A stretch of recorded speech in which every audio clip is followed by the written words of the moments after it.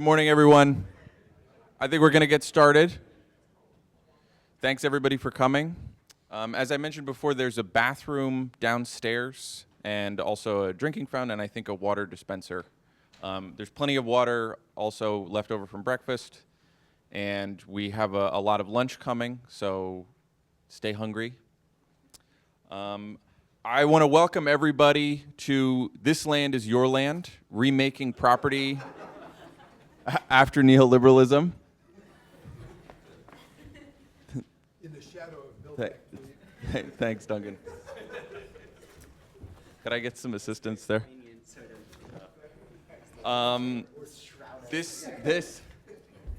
conference is a project of Unbound, Harvard Journal of the Legal Left, which is a student-run and edited journal here at the law school that is a non-hierarchical editorial collective of which I'm a member. My name is Carl Lisberger, by the way. We're very happy to have you all here, and we're very happy to thank the sponsors of this event, including the Milbank Tweed Fund at the law school, the Institute for Global Law and Policy, and especially Professor David Kennedy, who's a great friend of Unbound, the Harvard Law Forum, and we would also like to thank the Harvard Law School Dean of Students Office and all of the staff at the law school that make everything possible. At the outset, I do want to say that we are recording the event, and we do hope that there will be a lot of audience participation, but you should be aware that you will be recorded. You can see the camera up there, and we're hoping to put the video online to share with all of our friends all around the world who weren't able to be here today. One bit of correction: we weren't able, unfortunately, to have one of our panelists join us today. Asad Farouk was unable to secure a visa to travel from Pakistan. But we were very lucky to have Irina Saric to join us in his stead later this afternoon. So I want to say a little something before we begin about Unbound and our role at the law school and about the spirit with which this conference was conceived. Unbound occupies a pretty unique place at the law school. We try to live up to the left in our name, and we try to be an oppositional, rebellious, imaginative voice and force here at the law school with regard to conservatives, with regard to law and economics, but also with regard to liberals and liberal constitutionalism. And the past few years that I've been here have been a really exciting time for Unbound. It feels to all of us like we're living in a moment where it's possible to question things that it hasn't been possible to question for a very long time. And we think that the left, there's a really great opportunity for the left, and especially for the legal left, to contribute to that moment and to help make a better world possible, and to maybe fulfill some dreams that a lot of us on the left have had for many years that have been dormant. So the way that the conference has been organized is that we're going to have some remarks at the beginning by Professor David Kennedy, and we are then going to, Duncan Kennedy. There's a lot of Kennedys. There's a lot of good left Kennedys here at the law school. We are then going to have 3 panels. The panels are going to be moderated by Unbound affiliated people who are going to be very active, both with the panelists, and then we're going to, after 30 or 45 minutes, open up to the audience. So we haven't asked anybody to prepare any remarks. We don't expect long kind of presentations. We really want this to be a conversation that flows naturally from the panel out to the audience. And so everybody should feel very free to engage and ask challenging questions. But we do ask that everybody, when you are making your remarks or making your intervention, that you keep it short and punchy and conversational, because we think that's going to contribute to the kind of day that we want to have here. So I want to thank Duncan Kennedy for agreeing to make these remarks this morning. He is a really great friend of Unbound. He's one of our faculty advisors, and he doesn't anymore, but he used to teach a 1L property class here at the law school. So imagine, if you will, think back to what it would be like to show up here at the Harvard Law School and you're sitting down in your property class and this is your professor. So for today, unfortunately we don't get to take 1L property with him, but we have him to talk to us about property this morning. So Professor Duncan Kennedy, I'll turn it over to you. Thanks, Carl. I'm going to use this. So, is this wiring work? Yeah. Great. So it's really incredibly great to be here. There's nothing like a legal left event from my point of view. Since I was in law school, these are for me the most important thing that happens in the professional milieu in which I've been working all this time. So it's just fantastic to see so many people here, to see so many people that I know, so many people that I've admired and am interested in. And what I'm going to do is I'm going to actually, I hope, talk for a little more than 20 minutes and then leave time for discussion, which I imagine in the spirit that Carl was describing is discussion as opposed to simply questions and answers. In fact, maybe it shouldn't be questions at all. That wasn't Milbank this time. Not questions. So maybe in the... I'm going to take this down, but the message remains active. So maybe when I've finished my remarks, we should say there should be no questions, only statements. Powerful, affirmative, controversial statements, which could be directed at me or at anybody else. So my remarks, very simple, 4 ideas. So the idea would be something like property as fetish and as tool, right-wing fetish, left-wing fetish, right-wing tools, left-wing tools. So this is a lawyer left as opposed to a classic political theoretical left angle on it. So property as fetish, what I mean by that is property as a slogan deployed in debate about what to do, about policy, about law, or also about utopian reform, that is, what to demand. So as fetish means when you want to argue, say, for limited equity cooperatives as a mode of housing policy, you say, this is an alternative form of property. We need new forms of property. The limited equity housing cooperative is a new form of property. We need it. Or on the right, if you basically are representing the interests of intellectual property in the core countries, you argue that the global south must recognize property rights in intellectual property. The global south countries, India, China, have failed to recognize property rights. This is fetishistic argument. It suggests that the category property has a particular kind of content which can guide us in deciding what we want to do. On the right, it tends to be highly naturalistic. So the basic background idea in an IP debate would be, look, there's this thing called intellectual property. It is intellectual and it is property, and it is there even in China.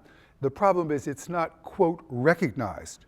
So the discourse of recognition is the fetish discourse. So the thing to be recognized is already there. It's intellectual property. It's a construct that is both legal and material or conceptual and relational.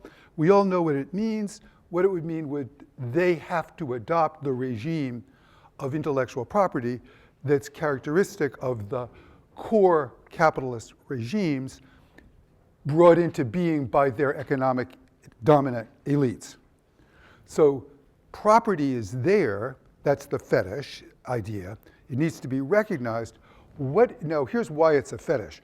What is to be recognized is a construct, a specific idea about property, characteristic of intellectual property in the global north, which is not at all anything natural this is obvious. It's a very complicated product of legal change, lobbying, advocacy, economic power exerted in different directions by conflicting intellectual forces, which are also political and economic forces in the global north. So to recognize, so that means that the formula recognize intellectual property rights as a demand made of China just means recognize the one particular form of intellectual property that evolved in the capitalist north and core countries as though it were something that wasn't just the contingent interest-driven product of that historical process.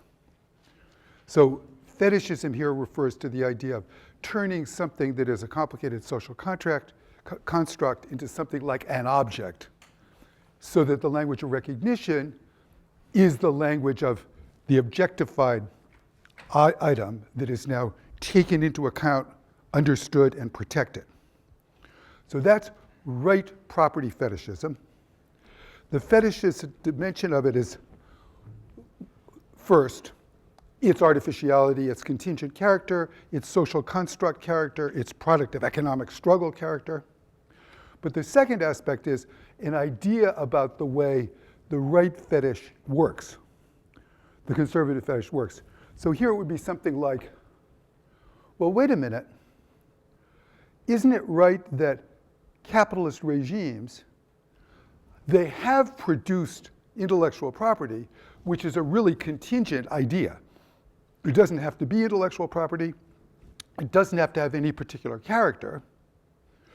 But in the capitalist West, an idea that is very coherent, the product of interests in the capitalist Northwest, has come into existence. So it may not be natural, and recognizing it represents a big choice to recognize that particular thing as intellectual property. For example, drug patents. A particular regime governing access to drug technological innovation over time would be, it's a totally, you don't have to have it. You could have many different regimes, but Western capitalism produced an idea of property that makes a lot of sense. So this would be to acknowledge its contingency. It's not a thing, it's a construct. We admit that, fine. But it is a coherent thing. We can understand it, we can use it. We will be able to figure out what the regime will require by referring to the idea of capitalist intellectual property. And that will allow us to understand it from the left, to understand it from the right, and understand what happens, which is it either gets adopted or doesn't get adopted, recognized or not recognized. This is second-degree fetishism. It's second-degree fetishism, and here would be a summary of the critique. I think it's in the Grundrisse. I love to say things like this. I don't really remember exactly where, but my memory is that somewhere in the Grundrisse, which is 900 pages long, somewhere in the Grundrisse, suggesting that I've read all 900 pages, which obviously I haven't. I've read some 200-page condensation made by some crazy left nut in 1964. But somewhere in the Grundrisse in there, Marx says that if you look at ideology, by which he means liberal ideology, its only coherence studied in detail is that some interest is served by every item of the incoherent whole. So the only logic of it is the logic of the interests who are constructing it. It's contradictory. So the law of intellectual property in this thing is internally completely contradictory. It's not that there's a capitalist conception of intellectual property. The actual capitalist law of intellectual property in effect in the global north is a hodgepodge. It's a it's a coherent, internally contradictory collection of rules, some of which emphasize, say, protection for inventors, and some emphasize competition. Some emphasize a goal of legal certainty. Some emphasize a goal of legal flexibility. Some emphasize internalization of costs. Some emphasize non-internalization of costs, that is freeing preferred activities from bearing the burdens of cost. So it's just not coherent. It is comprehensible as the outcome of a long series of fights in which people who would gain by, say, forcing very extensive protection of drug patents beat the people who would gain by restricting protection of drug patents. That produces a law of patents as part of IP. So this basic idea is the fetish, the right-wing fetish, has two levels. The first level is thinking it's an object and recognizing it as though it's the same everywhere, conceptually identical. And the second fetish is to believe, second level of fetishism is to believe that it's internally coherent, and therefore could be conceivably explained, say, the interests of capital lead to a particular conception. And now that would be the left, so up to now it's been the right fetish. Left fetishism is closely related to right fetishism of property, according to me. And I've just given an example of how left fetishism of property works.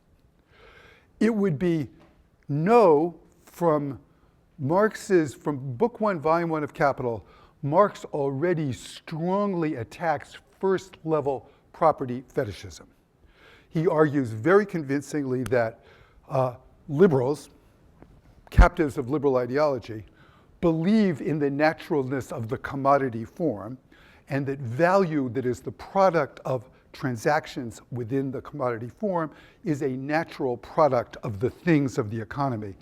It's no. It's relative to a particular conception of property. The commodity is a social construct. There's nothing inevitable about the commodity form. So he's totally defetishizing at the first level. And he would never say capitalists require the recognition of intellectual property. He would say of a particular form, the commodity version of intellectual property. But a basic left lawyer critique of Book 1, Volume 1 of Capital is he does do left fetishism of the second level. And we of the left historically have done it over and over again, which would be to believe that intellectual property, as it's being imposed on the global south, is internally coherent, so that we can understand the form, which is really incoherent. We imagine it's coherent and that it's the product of capital understood in a more abstract way, or the interests of the capitalist class. So the alleged, at this level of fetishism, leftists fetishize property when they believe that there is a coherent concept of property put into effect by a congeries of class interests and then played out in practice. Whereas this left lawyer critique says, no, property is just a bundle of rights. The IP regime is not internally coherent at all. It is being imposed by power on the global south. It's being imposed by force, basically, ultimately. That's true. But what's being imposed is incoherent.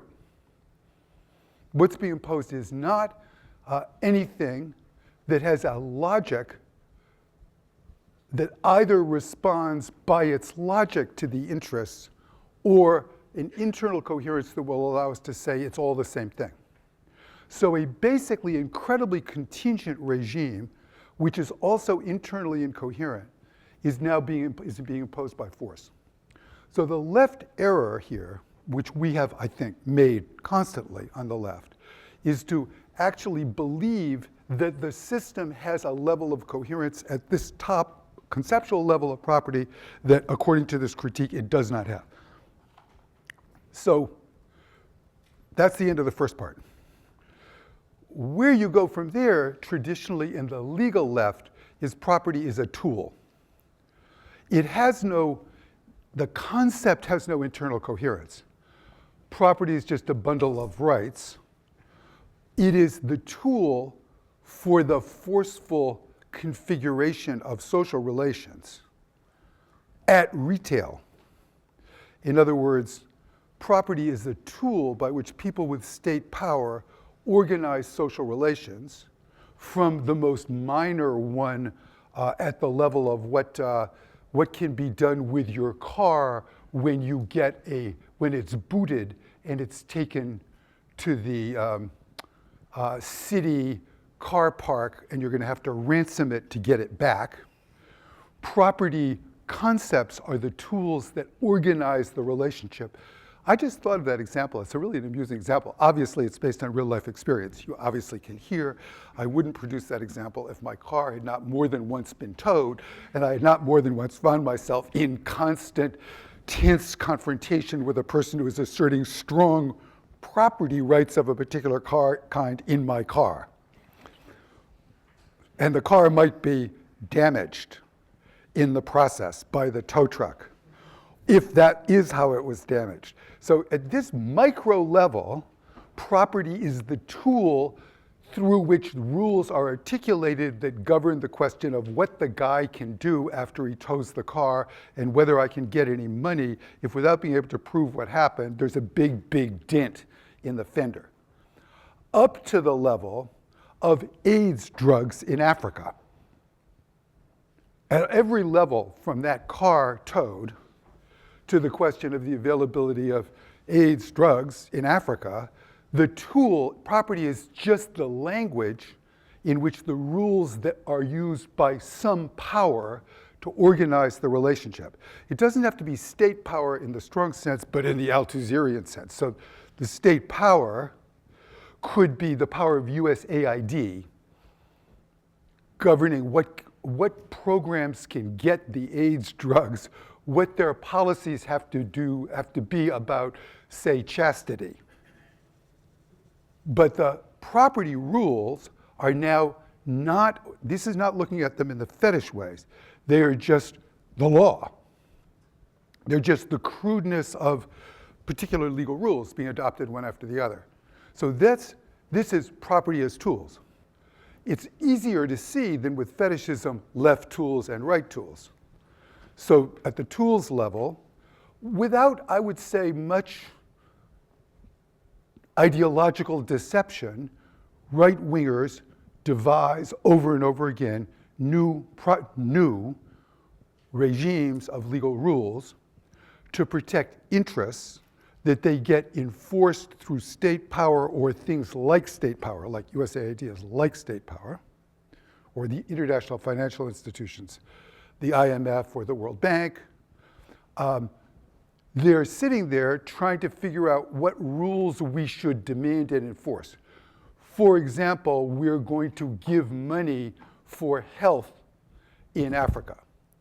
So should we demand, now this will produce a new set of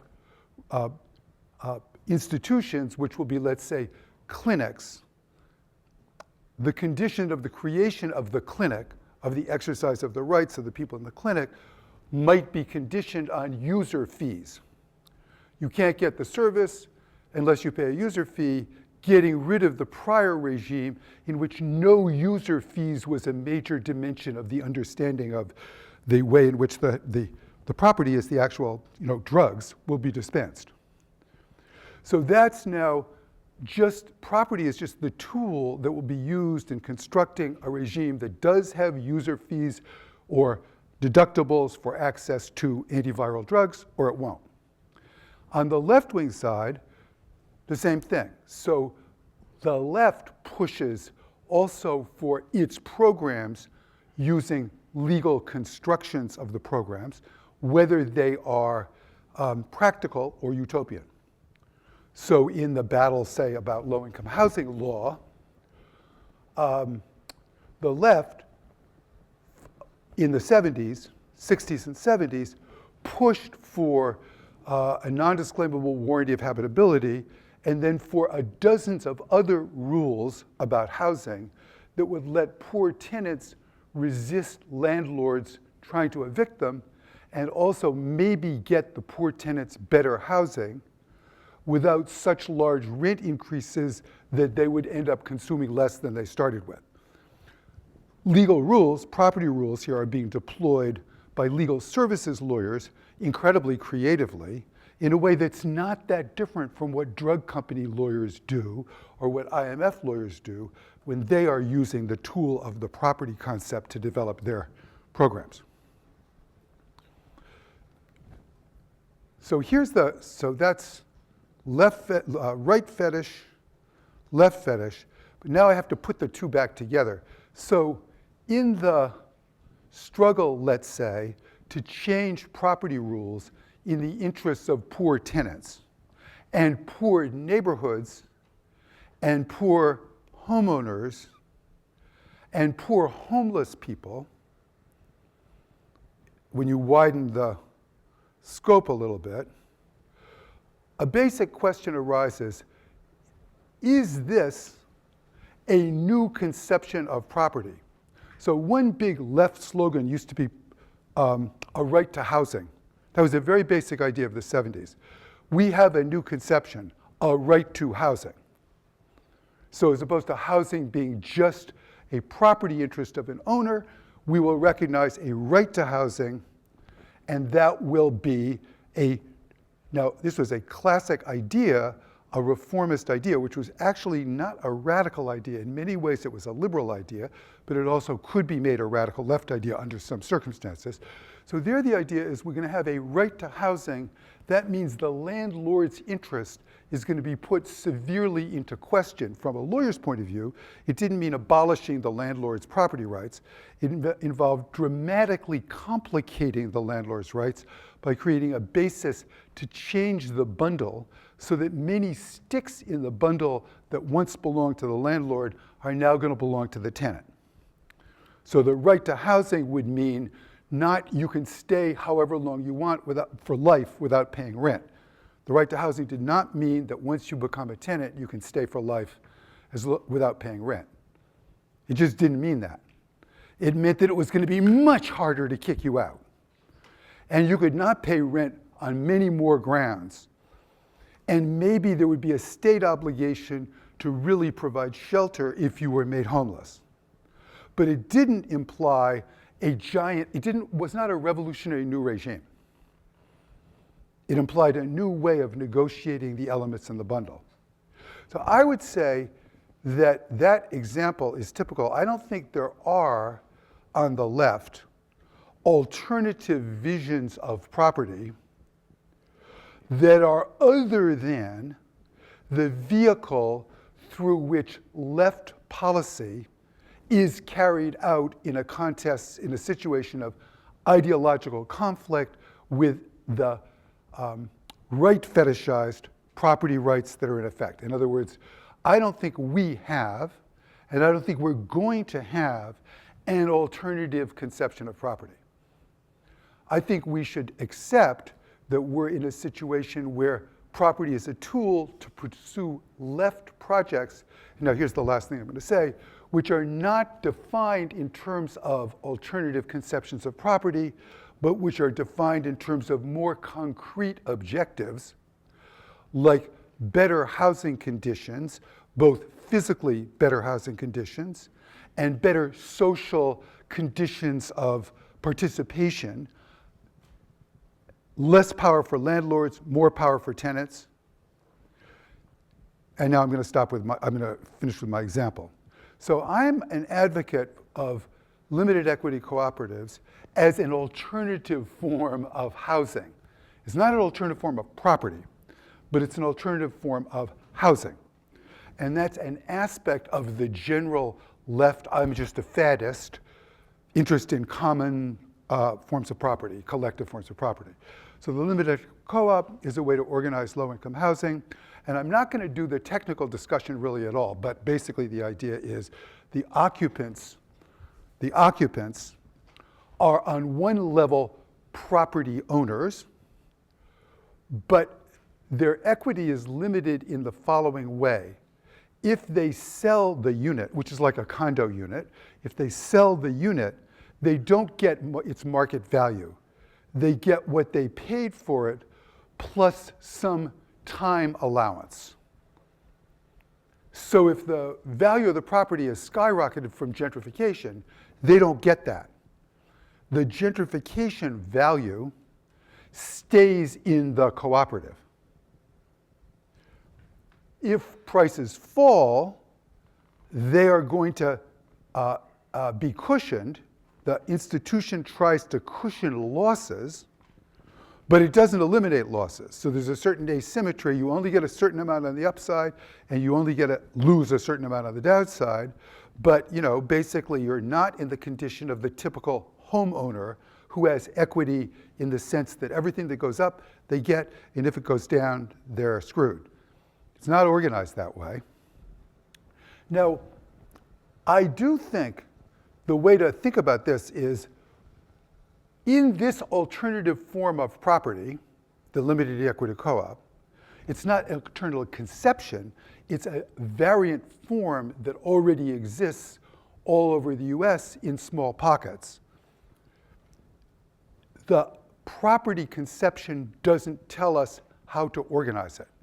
So from a left point of view, once you've set up this form, the limited equity co-op, there erupt a series of violent internal battles within the left in which every issue of social reconstruction is presented inside the alternative form. And here are a couple of examples. First example is the limited equity co-op to be governed according to a radically egalitarian model with a strong emphasis on the most needy, or is it to be governed by a more Republican model in which it's understood that the responsible cooperatives and whoever set it up need to have a strong paternalistic governing function for everything that happens in the co-op? If you go one way, you have a radical social experiment of intimate living in the building, but it's possible that it's going to explode, blow up in everyone's face. There's a real possibility that chaos will ensue. Classic problem of the left, just a fundamental ideological problem about left organization throughout the history of the left. Second, let's suppose that you set the thing up and it is a situation in which it's in a neighborhood. What are the obligations of the cooperators vis-a-vis their neighbors? What's the agenda? So let's suppose that what's happening is the neighborhood is gentrifying and a lot of people are being displaced. They're being really radically done in by the gentrification process. Some of them are becoming homeless. Some of them are being forced to move to Lynn or Chelsea. And they really don't like that. And they're going to lose their jobs and so on. So does the cooperative understand itself as an element of a neighborhood political movement against displacement and gentrification? Or is the key thing to preserve the gains, the social gains represented by this unit, which is solidary, that works, that's producing a surplus? So which is more important? Which is more important, the social movement dimension of it, or the dramatic increase in the lives of the cooperators dimension of it? What is the level of responsibility out? So these are internal to this, quote, alternative conception of property. You've got the alternative perception, but every underlying basic left problem is represented inside them. And my own sense of the possibilities of left thinking about property today is intimately connected with avoiding the fetishism and putting oneself in the situation where it is possible to invent new forms of property at the level, say, of drug policy or the level of housing policy, but always understanding that we have to fight out our left battles, say radical egalitarianism versus some kind of more patriarchal, paternalist hierarchy, radical responsibility of everyone to the larger collective, in this case the neighborhood, or the idea that the left can build enclaves where the key thing is to preserve accomplishments over time. So that's the end of my remarks. Statements. Please don't ask a question, because I won't have the answer to the question. Yeah. By the way, please say your name. When you start, please say your name. And in France, they would say your status in civil society would be some phrase like. Oh, and use your microphone. Use your microphone, please. By pressing the button. It worked. Okay. I'm Michael Hart. I'm at Duke University. And I'm single. I don't know if they wanted marital status. Yeah, they do. Citizenship. Citizenship is US. very important. Yeah, US, yeah. You inspire me to speak in praise of fetishism.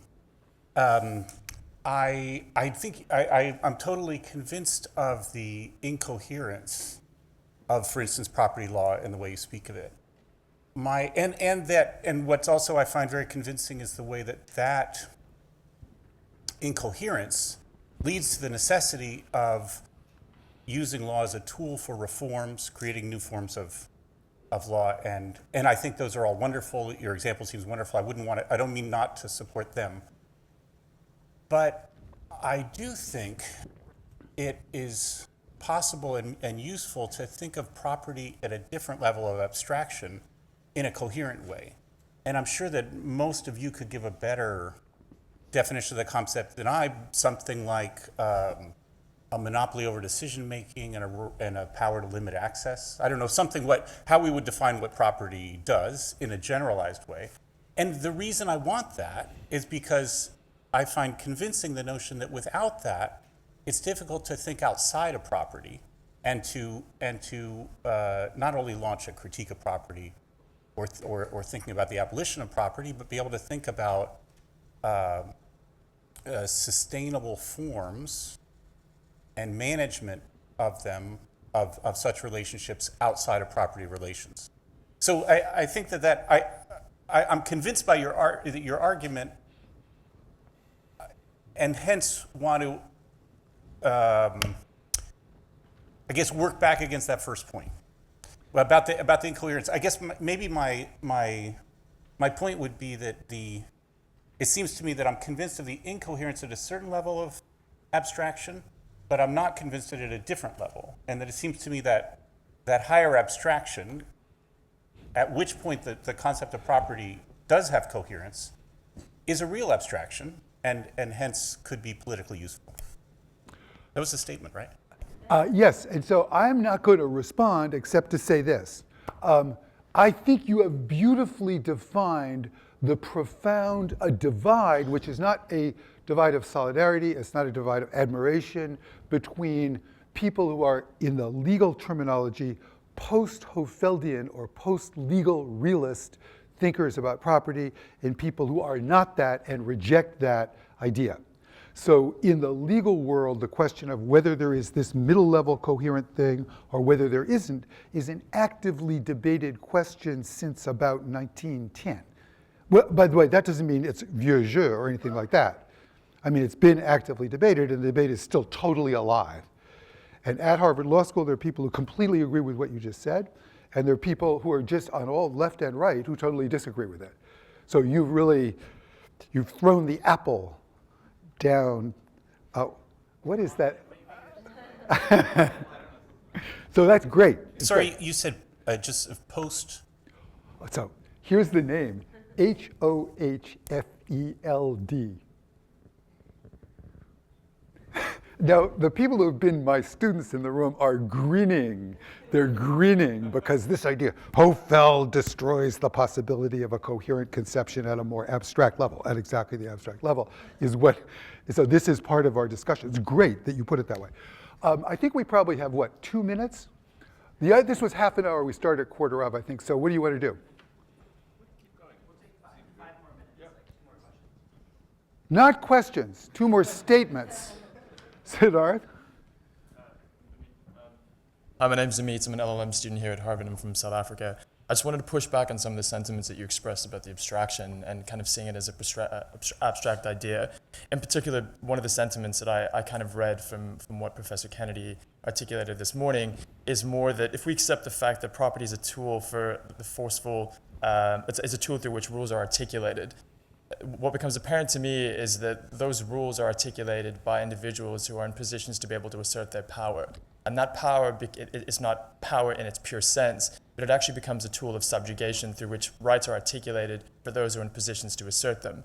And so in particular, I think of examples coming out of the occupied territory where our conception of the way that property is realized is defined from a very neoliberal way. It's inherently linked to capitalism, and that form of subjugation is the way that those rules are formed, but for a very delineated and specific group of people.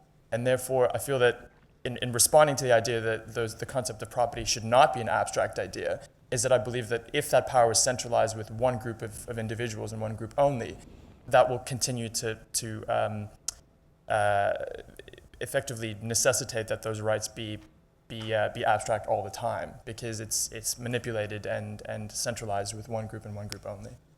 Thank you. So we have time for a bunch more. So of statements, no questions. Obviously, you can ask a question if you want to, but.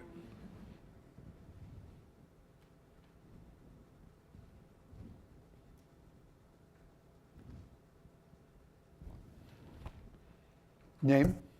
Audrey McFarlane. I'm a professor at the University of Baltimore Law School. So is a fetish good or bad? If I were asking a question, I would ask, is a fetish good or bad? But I'm not asking a question. So I won't give an answer. Yes, a fetish is bad.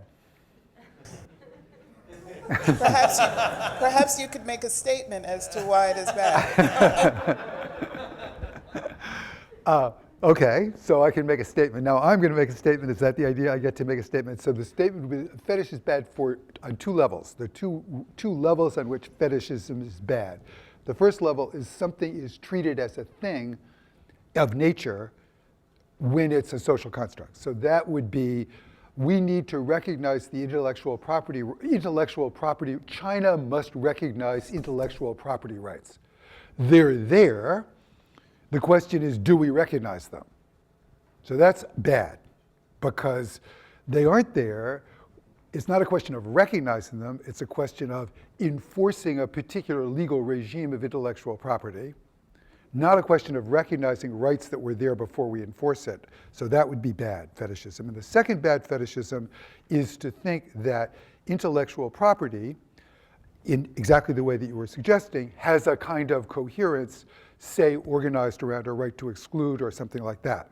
So the second one would be thinking that property is not just a bundle of rights, but a right from which the bundle is derived. So in terms of that law school imagery, is property a right from which a large number of sub-rights to exclude, to transact, to destroy, derive, or is property a list of things you can do and not do with respect to other people, not things, but with respect to other people, which is just a bundle.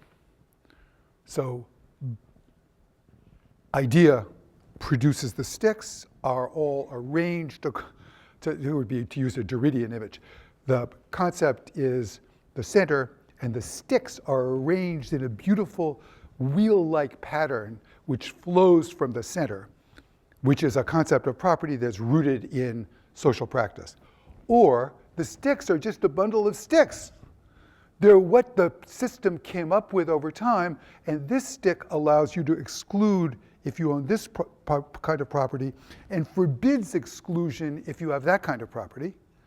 And it's just a question of policy making, precedent, legislation, interest conflict, whether with respect, say, if you're a landlord, whether you have the right to enter the tenant's premises to inspect them without the tenant's permission.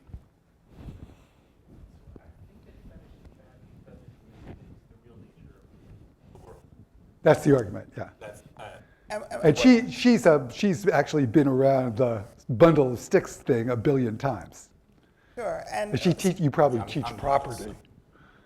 yes, I do teach property. So I was struck by the critique of the left not coming up with an alternative conception of property. So if we're talking about property is socially constructed, and we fight about it like it's a real thing when it's whatever we want it to be.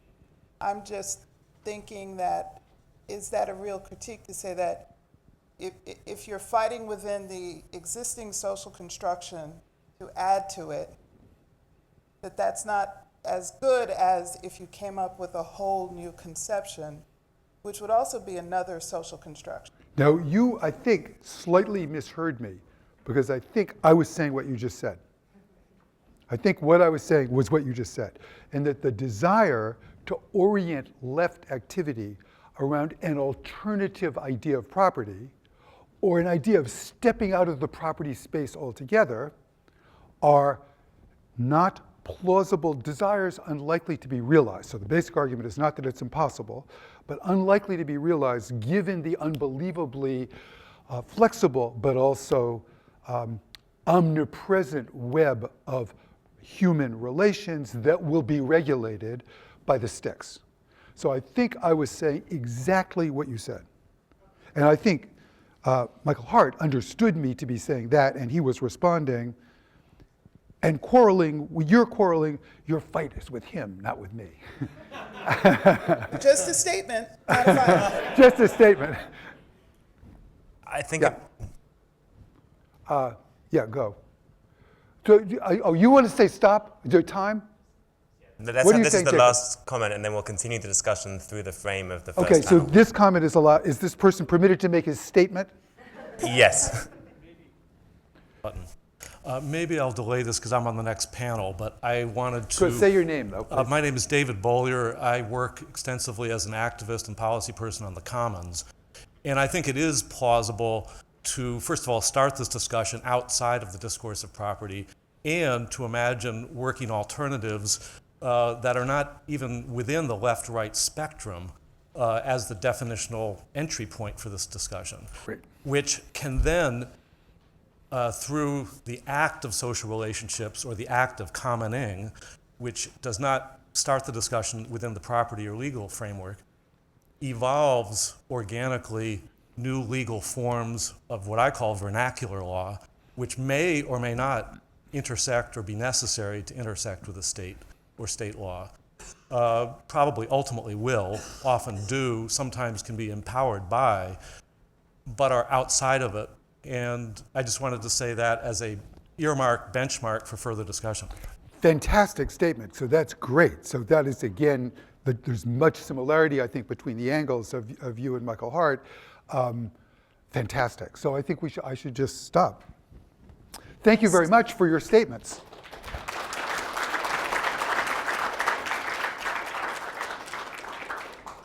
So I want to thank Professor Duncan Kennedy for that incredible introduction to the conference, and we're going to move straight on to the first panel, which is called From Homo Economicus to the Commoner Beyond the Neoliberal Subjects, and will be moderated by Erum Sattar, and I hope the conversation will keep flowing as if we haven't stopped just now. You're going to reorganize them right away? You're welcome. I'll sit over here. Ezra, nice to meet you. Hi, I saw you in the back. David, you've just given such a great introduction of yourself. This is, Hi, good to meet you.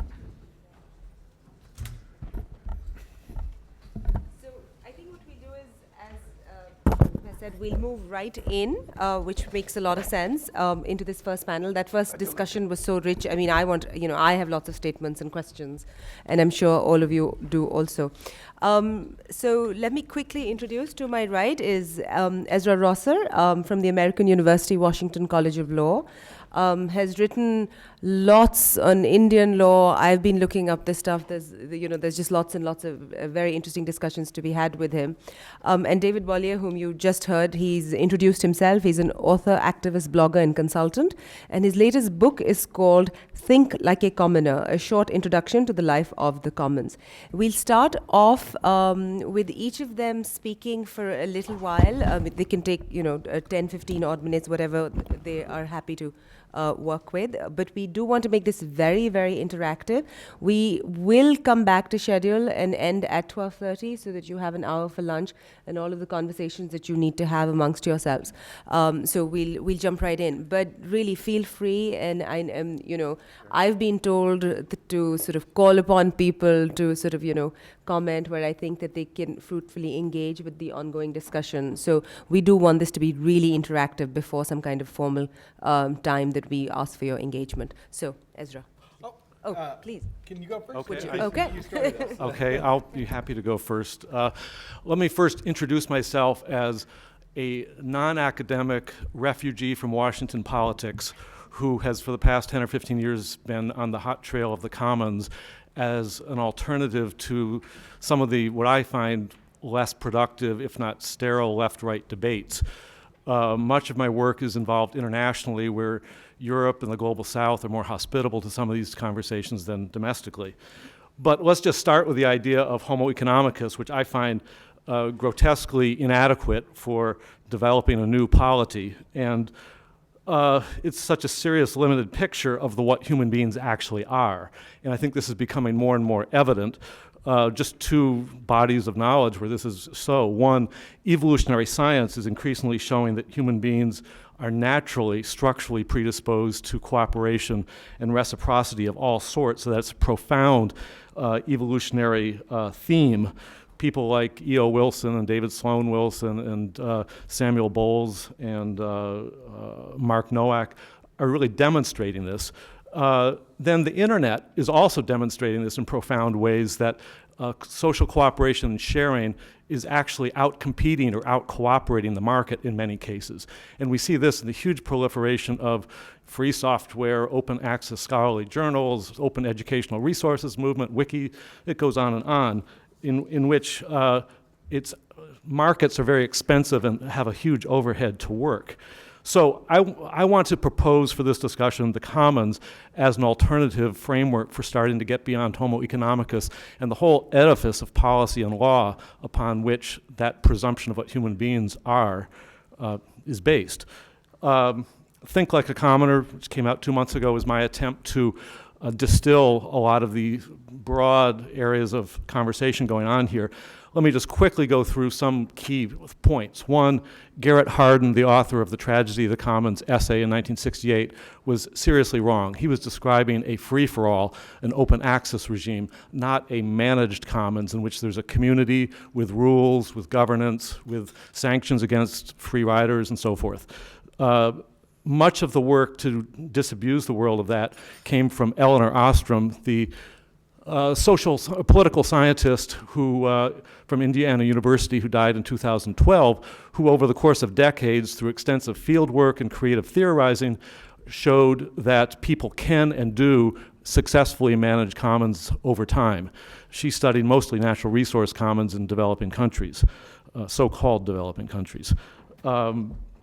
She developed a whole scholarship that's international and broad, demonstrating this. I've been involved with an international movement that has sort of grown up parallel to that and building upon the academic scholarship to explore its political and policy dimensions. And this is trying to build a new cultural political space, one might say, in the midst of the imploding failures or disabilities of the classical modernist state and institutions.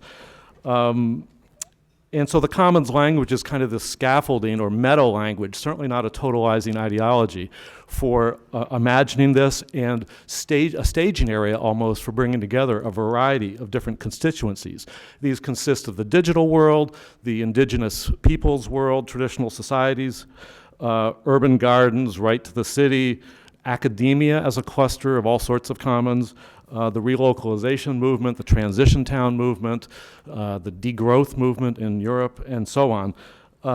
Not all of these necessarily subscribe to commons principles qua commons, but they're certainly close kinship because they have shared principles of self-organized governance and resource management as the way to develop a different ethic, logic, worldview, and as necessary, pragmatically, new legal forms.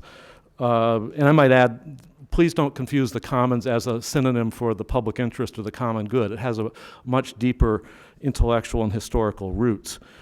But one reason the liberal polity and law has such problems with the commons is it doesn't understand it only understands individual rights, conventional property law, economic growth, property rights as a tool for economic growth, consumerism, and that whole cluster of associated concepts, which I describe the market state, a duopoly, as being so allied that it's almost a deception to think that the state can represent people democratically. So the commons is really kind of an assault, but not necessarily directly politically so, on the market state duopoly. And so at least as a way to imagine alternative ways of organizing social relationships and provisioning beyond the market.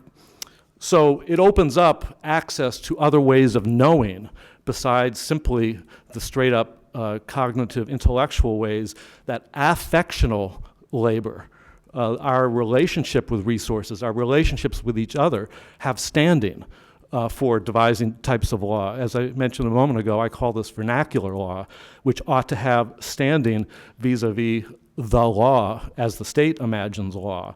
So in some ways, we need to imagine different types of law in a really profoundly different ontological and epistemological sense.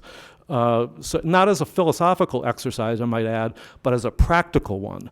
And I think that we see this played out in all sorts of different functioning commons that are out there.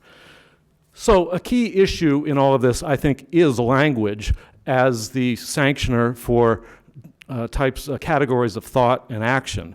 And we need to sort of slip the shackles of some of the existing categories that I find inaccurate, reductionist, politically regressive. I mean, I would share the caution of Professor Kennedy that property law should not be regarded as a magic bullet. What matters are the social relationships and the capacity to common as a verb. The great historian of the commons, Peter Linebaugh, says there is no commons without commoning. And I think we need to keep that in mind, that it's a verb, and that lies at the center of the transformative vision, not objectifications of law, which we then broker and negotiate that way. So we need to open up some new conversations in the way that law interacts with social action and behavior. And we need some serious hacks into property law, the way that the general public license in software acted as a way to turn copyright law inside out and make sharing the de facto legally enforceable norm as opposed to the opposite. But also note that that was simply a backstop for the social relationships, and in fact, the GPL is not really litigated much. It simply gives a confidence level that the social relationships will not be destroyed. Other types of hacks, CC Creative Commons licenses, the public trust doctrine in environmental law is really a wide open territory for innovation. There's a lot of new multi-stakeholder cooperatives that are developing. Some friends of mine in Italy are experimenting with what they call commons public partnerships as opposed to the public-private partnerships. There's a lot of different types of stakeholder trusts which build on the model of the Alaska Permanent Fund, which gives non-wage income to ordinary people, about $1,000 a year to citizens of Alaska. Some traditional communities are developing what are called biocultural community protocols to give legal standing to their commons when it comes into encounters with the neoliberal trade regimes. And then we have lots of interesting experiments that CELDEF, the Community Environmental Legal Defense Fund, is exploring to try to help communities protect themselves against enclosure. So all of this really adds up to a commons imaginary based on the notion of the person as commoner as opposed to Homo economicus, which we can then start to build out different notions of economics, politics, and culture. So let me just conclude quickly by saying that there are some practical advantages that the commons discourse gives us in this whole conversation beyond left or right. And I might just sort of make in passing note that the commons, I think, is a trans-political concept in the sense that conservatives like it because it invites responsibility and community. Liberals like it because it has an element of social justice. Leftists like it because it has elements of controls on the market. Libertarians like it because it allows for and enables individual initiative. So I think it helps us scramble some of the categories, not only politically, but between public-private, which implies government-market. It scrambles objective, subjective, because it allows subjective to come to the fore. It scrambles collective, individual in a new category. So, but the 5 advantages that I wanted to say were, it has a legal history we can draw upon, going back to the Magna Carta and the Charter of the Forest, which is an often ignored document that protected commoners' rights. It helps internalize externalities as part of its governance structure.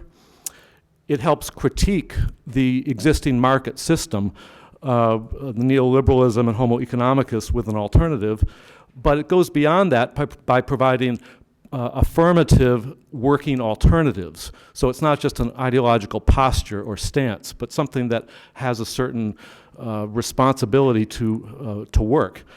And then finally, I think it's a different worldview, logic, and ethic that goes beyond many of the tired categories of our time, both the political categories of our time, but also the deeper ones of modernity and the mechanical tropes that we use.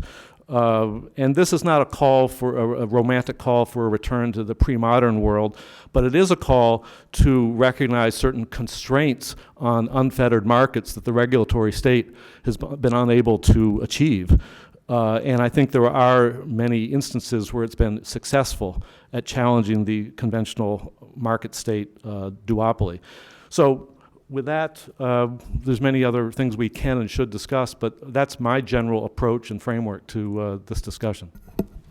Great. So, Ezra, please. Great. So when the organizers said you should come to a conference with no prepared remarks, I thought last night, how do I prepare for no prepared remarks? I decided to watch How I Met Your Mother and Breaking Bad. So I'm going to start off, I'm going to just do a couple quick notes as far as introduction and then try to connect it to the conversation that we just started. First, as far as a personal intro, whenever you go to these things, you wonder, what does the speaker want you to remember? And I'm just going to tell you, I want you to remember I was Duncan's mentee and came from an Indian reservation. I'm white, but lived on the Navajo reservation. And so if you think about poverty stuff or Navajos, I want you to think of me, a white guy.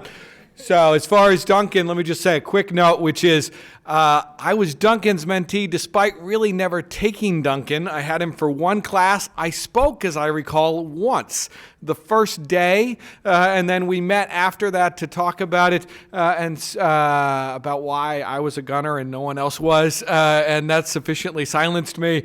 And I think the nice thing here is it's a lesson on the value of these contributions, and Duncan has been a friend since. As far as I think the topic of today, I think one real question to have, and I'm going to come at this from a property theorist perspective more than anything, although a little poverty, is whether or not to work with or against property. And I think this is a challenge that you have as an academic, and also as if you're interested in limited equity co-ops or whatever it is your particular thing you're interested in. And just to say a little bit about that, I think at this building you have some excellent property scholars. I'm going to talk a little bit about some of them. But one of the questions is, are they even the most left things they're saying? Are they just incorporating their left ideas within the existing system, or is it a challenge to it? And we can even, just because I'm up here and Duncan's in the back, on limited equity co-ops, you have this question. Here's this idea that in some context looks very left and great, and then in other contexts it can take a different form. And so the form that it took most recently is Lee Fanal, who's this professor now at Chicago. She wrote about rethinking homes in terms of dividing equity and, dividing use from ownership interest and the upside and the downside. And that seems like just borrowing from limited equity and applying it broadly, right? And so the question, is that good or bad? And to answer that, I think we come back to, if you're more conservative or you're more of an econ bent, you might think this is empirics, right? Let's look at it. Empirics, does this better the world or not? And just do a sort of calculation that we're all familiar with from law and economics. Or if you're not from that standpoint, you might think, well, it's all contextual. I need to know a lot more about these people. I need to understand who's going to occupy that, what the investors are going to do. But the question becomes, are any of that really getting us out of the property standpoint? So the first introductory comment said that Unbound was oppositional and rebellious. And then they also said that this was going to be an open conversation.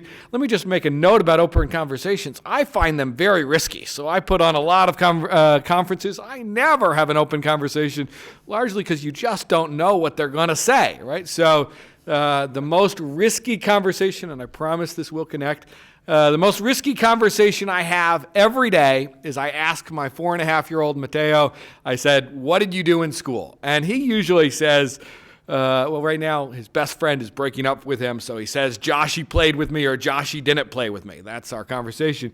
But the risky part is that sometimes he says things you just don't want to hear. So sometimes he said, I drew a painting, and I asked, well, what's the painting of? The painting is of Daniel, and I was like, well, what's Daniel doing? Well, I drew an X over Daniel because I don't want to see Daniel anymore, right? And I think the same thing can be said of property. We ask a lot of property, but we're not sure what signal that property is saying, right? So I love David's start on the idea of the limited picture, and here we're going to try to make it a conversation, the limited picture of what humans are, right? And I think that's right. Property has this narrow conception of what humans are, but I don't think it's on the left or the right that we're pushing against that narrow conception. So on the left, what David said is basically what Greg Alexander and Eduardo Penlavar, who you'll hear later today, said in their discussion of the social origins of property and the social nature of property. It's also, for property scholars, what State v. Shack says. This is an idea that property serves human values. And so the left is saying this. In my own work, I challenge, just how left it is, but it's still broadly understood going to be the left.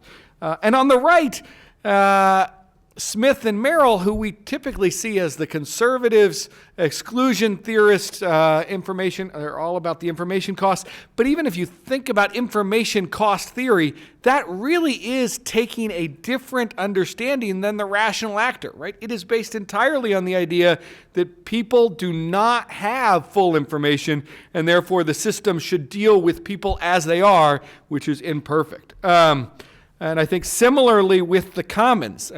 So I, as I've said, grew up in part on reservation, and you can look at the reservation, and when last Mateo example, I hope, when Mateo showed up on the reservation at spring break, he looked around and he said, no hay nada, there's nothing here. Dad, why is there nothing here? And so he looked around and saw nothing, right? And I think a lot of non-Indians, when they show up on the reservation, they either see nothing or they see a lot of commons. What they don't see is that there was a high school there that needed to be placed. The entire community agreed it needed to be placed.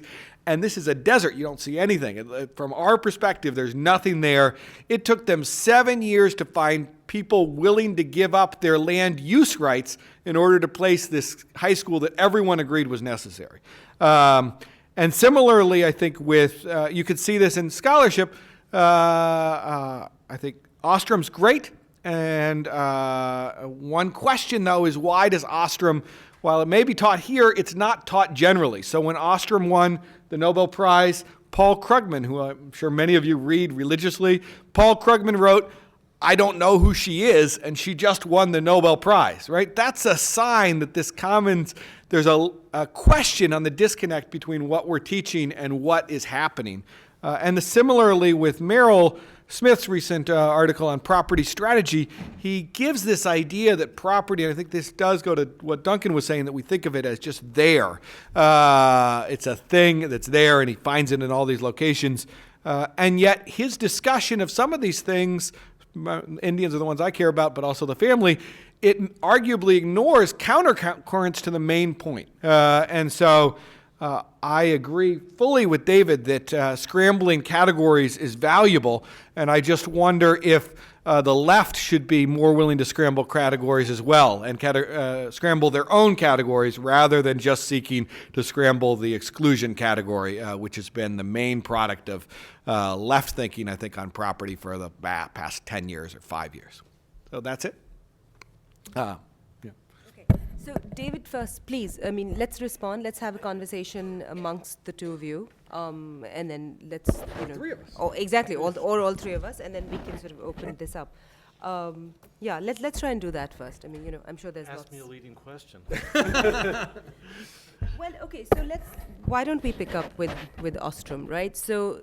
Well, I think it's significant that she won the prize in 2009, right after the 2008 crash. They wanted to choose someone coming from a different perspective. She was not a classically trained economist. She was a political scientist. She, unlike most economists, had done field work. Imagine that. And as a woman, the first woman to win that prize, to be maybe gender biased, she was more tuned into relationships as opposed to objective, all economics being about the brokering of objects. And so I think she had a far greater sociological depth, even though she still worked within the rational actor framework of economics, but provided an enormously important first refutation of Hardin, and second of all, a edifice that could be built upon. I think some of us in the activist world are trying to move beyond some of her ontological commitments, which are more implicit, because especially in the digital world, we see all sorts of behaviors that defy that standard model. And I think that's an important place to build from as well, in showing the plasticity and possibility of alternative social relationships. So just one quick thing. So Duncan talked this morning about, the global south and the regime that is implemented there, right? It's given, and it's in effect taken as a given. It's accepted by states as this is the growth pattern, this is the growth model, this is what we need to do. So, I mean, talk a little bit about how is it that what the activists are trying to do to make, say, the alternative sort of, visions of it's about possible. Crawling out from under the boulder of neoliberal trade discourse. And many people are seeing that the nation state cannot any longer be the chief actor, even from the developing world, but it has to come from the commoners themselves, if you'll allow that neologism.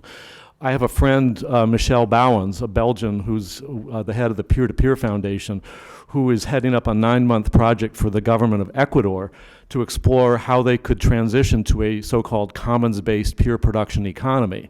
And this is an example of the Global South saying, we need to get out from under this extractivist, neo-colonial trap and devise new ways. But a lot of this has to go beyond the nation state, which so often is hostile to commons because it's an alternative source of authority and legitimacy and even power. So this is kind of a third realm from the bottom up that I think is even threatening to a lot of conventional nation-state governments. But we see how in Africa there's like this international land grab, which is a conspiracy between the corrupt governments and international investors taking over lands that historically have been controlled by indigenous peoples and commoners. So even if only politically, we need to open up a new front with different categories than those that are the dominant categories, I think. Okay, I'm just very quickly, because I know Carolina is right here and she happens to be from Ecuador. And we know that the president of Ecuador is going to come to speak at the Kennedy School next week, which is a very unusual thing. Do you want to just talk a little bit about this kind of, do you know about this? Is this known, this peer-to-peer foundation and building this kind of alternate governance within Ecuador? I mean, what kind of models are you guys exploring? Just, you'll have to hold down your mic to talk. Here? Yes, thank you. And yes, the president of Ecuador is coming next week. He will give an address actually about alternative development in Ecuador. Because I guess that in an extractive economy, finding an alternative to that is not that easy as people think. So people might think that this is a radical shift, that we can go from an extractive model to something yet that has not been invented. So you should look for other kind of like more moderate alternatives in the, short term. Well, I guess that in Ecuador there's a strong support to indigenous political movements now, in the sense of they have actually property land in the form of collective property, and that is actually, that has been not recognized as property until now. But the problem is indeed on how to disentangle that from the limitations of the recognition of property as a right, because that is, for me, that is the problem that they have. Fighting that just from the perspective of a right is very complicated, because it's actually a problem of how to decide, how to make decisions about that. So it's more like a political problem on the way how power is distributed to the owners of rights. So I guess that after 30 years of struggling for recognition, now that it's recognized this kind of collective property, now the problem is to recognize the mode of how decisions are made around the content of that. And especially because collective property of indigenous peoples is in the Amazon mostly, where oil is and where mining is, and we have some sort of problems with that now, with extracting companies. So, Ezra, please, if you could speak to this, because it sounds, and just, you gave us the example where it took 7 years to put down a high school where everyone agreed that it was necessary. What about this conception of efficiency, right? So neoliberalism is efficient, we can get things done, we can deliver growth. Just talk. Yeah, I think, I actually think one of the challenges with this is that, two thoughts, is that the context matters a lot, and I'm going to keep saying that, but in some indigenous communities, the problem hasn't been that we're failing to recognize their form of property. It's even when, and Singer wrote about this a couple years ago, even when they have property that looks just like ours, and we should recognize it, and it's there, and there's no question. We have failed to recognize, or to put in a more strong term that an indigenous person in a book about economic development said, is that we deliberately just don't recognize property. And so in that case, the problem isn't this, we need a new idea of property. It's that even when they have property that looks just like ours, we don't give it any credibility in the same way as we do other forms. And so one of the things, indigenous peoples have some forms of collected property, but we too. So the one that I was thinking of is Kmart, right? Kmart or any real failed big box store, those are a collective ownership of property done through the stockholders, but and that's what they're doing, and we don't have any problem recognizing it again and again, their property. It's only when the people are either brown or indigenous that we don't think that it's appropriate to recognize their property. I think a related aspect about this that David said was this, why is it that we're paying attention to Ostrom now?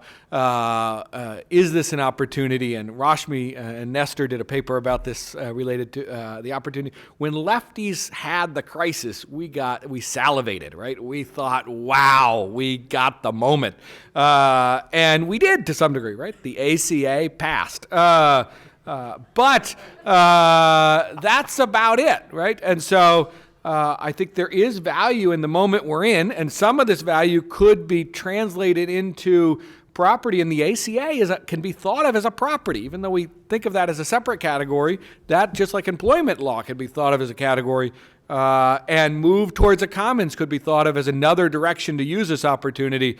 But if we don't do something, the system is remarkably resilient. And let me add, liberals are often complicit in that, precisely because to venture onto the commons discourse is to venture into irrelevance or pariahhood. I don't know how many Washington liberal policy friends I have for whom, well, it's not politically relevant. It doesn't go through Washington. It's not policy driven. It doesn't deal with power, decentralized power being consequential. et cetera. And my belief as a former Washingtonian is and a former liberal is let's cut the incremental losses and get some new logic going somehow with real projects that step up, as opposed to, I think debates that we're not going to win in the standard territories. In other words, let's take the home turf advantage and try to push that. In response to the comments a moment ago, a colleague of mine, well, I won't say a colleague, a friend who is a prominent politician and a law scholar in Italy, Stefano Rodata, has called for constitutionalizing the right of commoning, which comes out of a lot of Italian debates about the commons where it has far more currency. And I think he's also, I might add, a former high-level human rights treaty negotiator. So he knows something whereof about human rights. And I think that's a promising way to avoid the conventional trap of right being associated with state vindication of that right. Because if you have the right to common, you have a certain carved out authority or sovereignty yourself to be self-governing. And the state recognizes the public value of that authority, just as through corporate charters, it recognizes the supposedly public interest being served by corporate chartering. So why can't we have charters for commoning, which would palpably serve the public interest better than many corporate charters?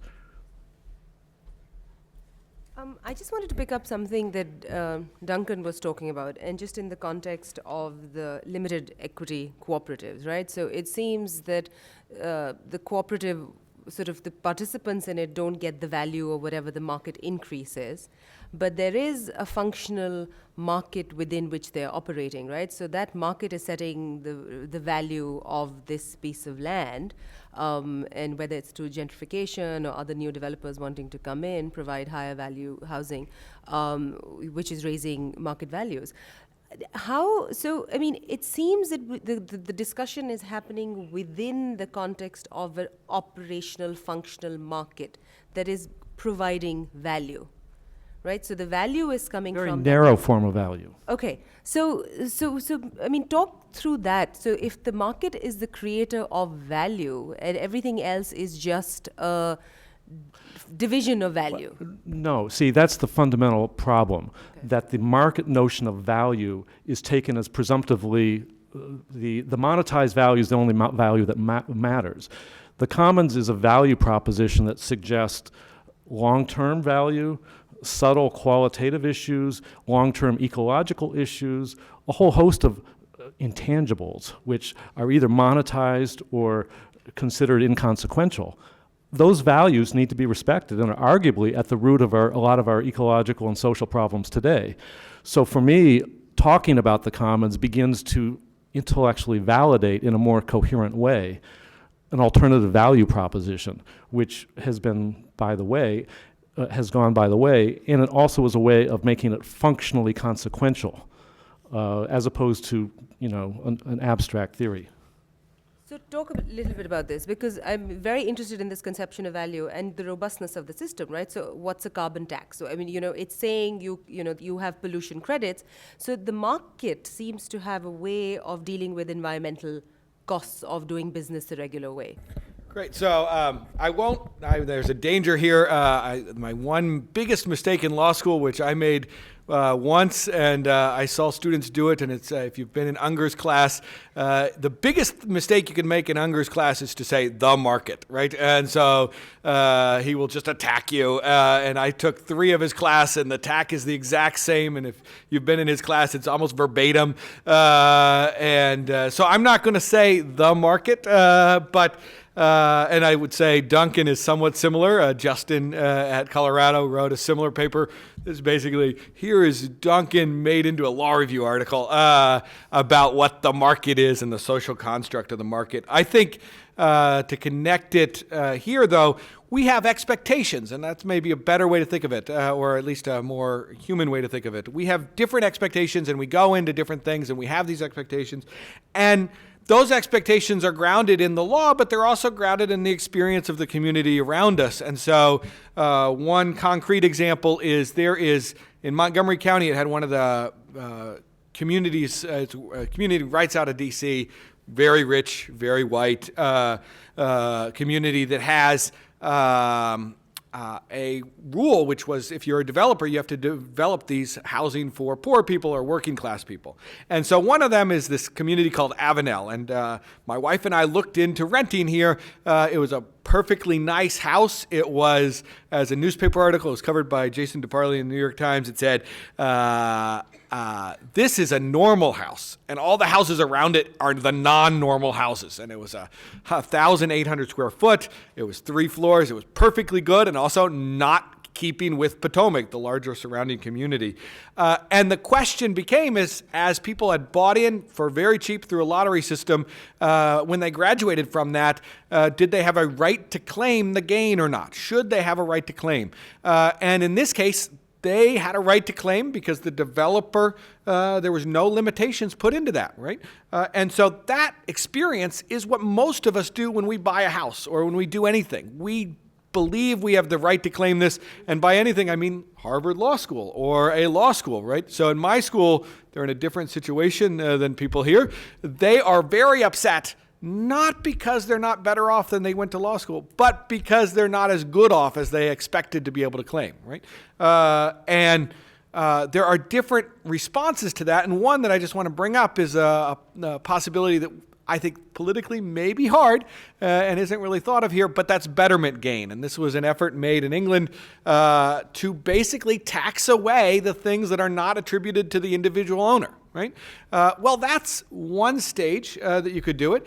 Another would, and so a concrete example, if the metro puts in a stop near you, your house goes up, you had perhaps something to do with it, but very little, should you get that entire gain. But I think more generally, what do you think society owes you could be a way to think about this. What expectations do we legitimately have on society, and what expectations do those who are less privileged have on society as well? So, and I'll stop with this example. Right now, we basically believe in the Horatio Alger idea. You work hard, you do well, you make money, and it's yours. But other people who work hard later in life or at bad points don't get that. And we have in welfare, if a mother and a child are on welfare and the mother violates some rule and is kicked off welfare, and it can still be the rule, don't sleep with men, even though that was supposed to be dealt with by the court.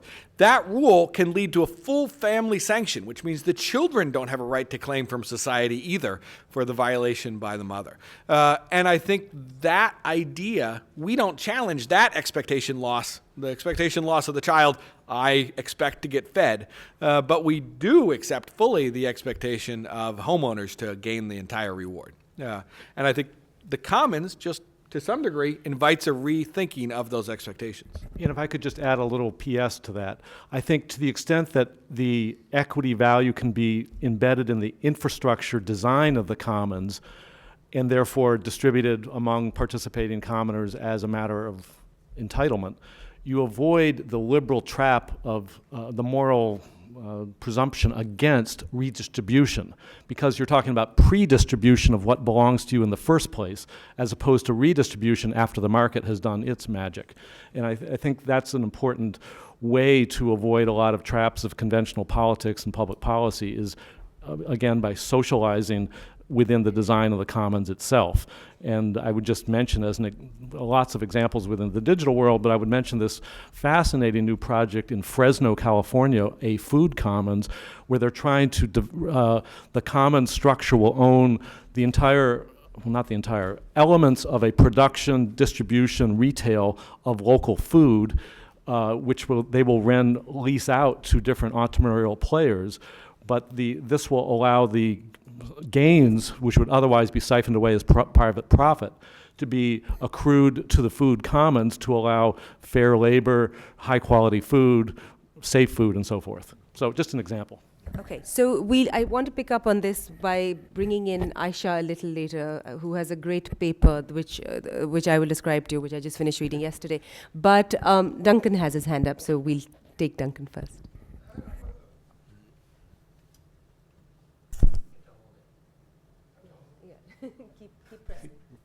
I have a question for David, which is about commoning. It's about the experience experience of commoning kind of radical or other experience of rational economic acting or Homo economicus.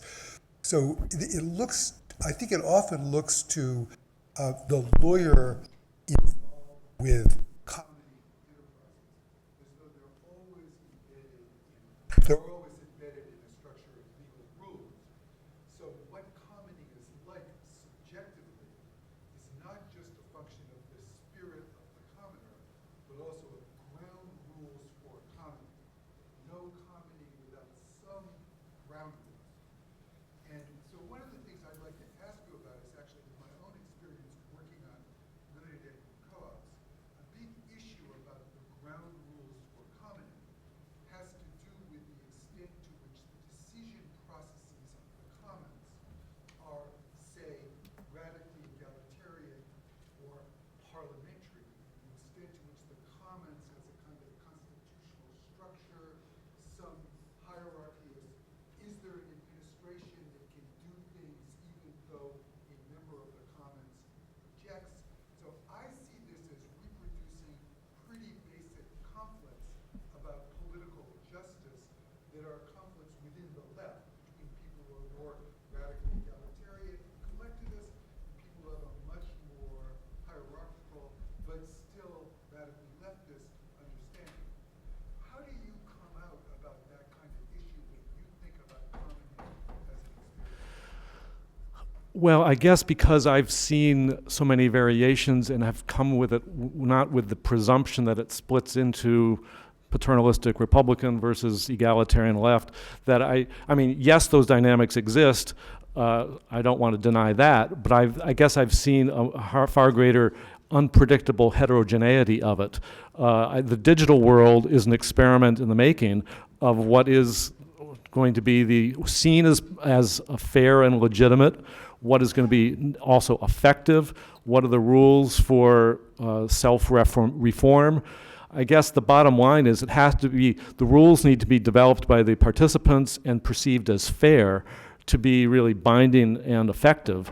How that shakes out is, I think, entirely negotiable. Now, I'm not sure if that answers your question, or if you feel it's begging the question, but I think that it is an under-theorized proposition which will vary a great deal from resource domain to resource domain, from cultural history to another. I mean, I'm reminded of a metaphor I often use, that scientists say that DNA is underspecified precisely so it can adapt to local circumstances, and it does. And I think the commons is the same, that a forest commons in Vermont will be very different from one in Nepal versus one in Germany. And I'm not sure if we have a taxonomy yet for governance regimes there. The Ostrom literature is one massive set of case studies with very few generalized principles. Now, do you want to be a Procrustean and say, well, this fits into 8 archetypes? Or do you want to say, as I do, there's certain interesting clusters around certain resources or countries, or I think this is still kind of an open theoretical territory about how we taxonomize, if I can make a verb out of that, commoning activity. So I'm, I think, more agnostic than established on that. Yeah, I would just say one thing you do, and the digital world invites this, I think. Sometimes it conforms with the outside things. So you set up nice rules that seem like they're going to work out, and yet, and you could, in property, one of the main problems that obviously I'm obsessed with is the problems of the initial distribution. Well, the digital world offers a way in which you can get around some of those problems or redo things in a better way, and yet the example, it's a little dated, but EverQuest. If you ever played EverQuest, which is a game, it's devised on a Lockean system. You kill bunnies and you get money. Well, that system still ends up reproducing things that we would have outside of that game, and then they enter the game. Another example is the Navajo Nation is traditionally a matriarchy, but when we being the non-Indians, wanted to recognize their government, we picked men, and since then, men have been fairly in charge, even though the the inheritance follows women, and women can do divorce simply by putting the saddle outside the hogan, and that means the man's supposed to ride away. So I think you have to look at both the initial establishment, but also those rules that get established in the by the participants. Do those rules end up reinforcing or falling back on what they found in their outside of that world? And one final concrete example is in community action, which was an effort in the war on poverty. Community action was designed to get maximum feasible participation by the poor in these programs, but the reviews are very mixed, and it depended on whether or not the poor people were figureheads, whether they had active roles in constructing this, and even if they did have active roles, did the other stakeholders like the city government support their efforts? And so I think it's nice as it would be to set up a perfect system. Then you have to deal with what happens afterwards and what people bring to it. Another quick add-on I would say is it's important not to get sucked into the trap of applying economistic or resource management presumptions, important as those are, because oftentimes I think a commons will be about identity, lifestyle, history, all sorts of other factors that are not crypto-economistic. And I think of in Emerson College, there's this they started something called Theater Commons called Howl Round, and it's nonprofit theaters, community theaters. Well, is this a resource being managed? No, it's sort of like we can come together and affirm our identity and have positive benefits from it, et cetera, et cetera. So I think we need to sort of get out of the trap of a lot of presumptions. Well, we have a finite or intangible resource. We have a physical, a lot of these categories really, I'm always being surprised. I say that because I've been surprised at tripping across new types of commons that I had no idea existed, which don't conform to those categories. So what I wanted to bring Aisha into the discussion for is what you were just saying, right? So that there is no one typology. There are lots and lots of case studies, and say managing an irrigation canal will work very differently in different countries, and those are very contextual things.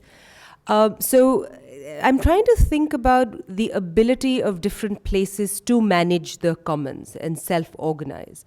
And how do we start thinking about that? Are there differences in these abilities? I mean, and is that some kind of stage that we attain?